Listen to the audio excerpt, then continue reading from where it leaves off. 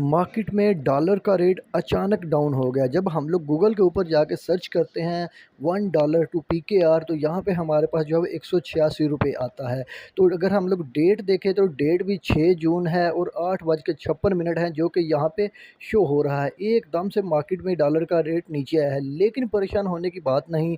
ये real news नहीं है, ये गूगल में कोई गलती आ गई है, गूगल में कोई मसला आ गया। पहले भी कई दफ़ा ऐसा हो चुका है। तो 6 जून का ये रेट था। अगर हम लोग 7 जून का रेट चेक करते हैं तो हम लोग लाइव चेक करते हैं अभी। तो हम लोग आ जाते हैं गूगल की स्क्रीन के ऊपर, यहाँ पे हम लोग लिखते लिखते हैं यूएसडी टू पीकेआर। जैसे ही हम लोग ये लिखेंगे, इसको एंटर करेंगे, तो हमारे पास जो है वो डॉलर का रेट जो है वो आज का आ जाएगा, जो कि 286.35 रुपये है। और 7 जून को ये हम लोग चेक कर रहे हैं।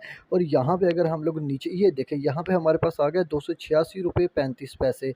और यहाँ पे डेट देखें तो 7 जून की है।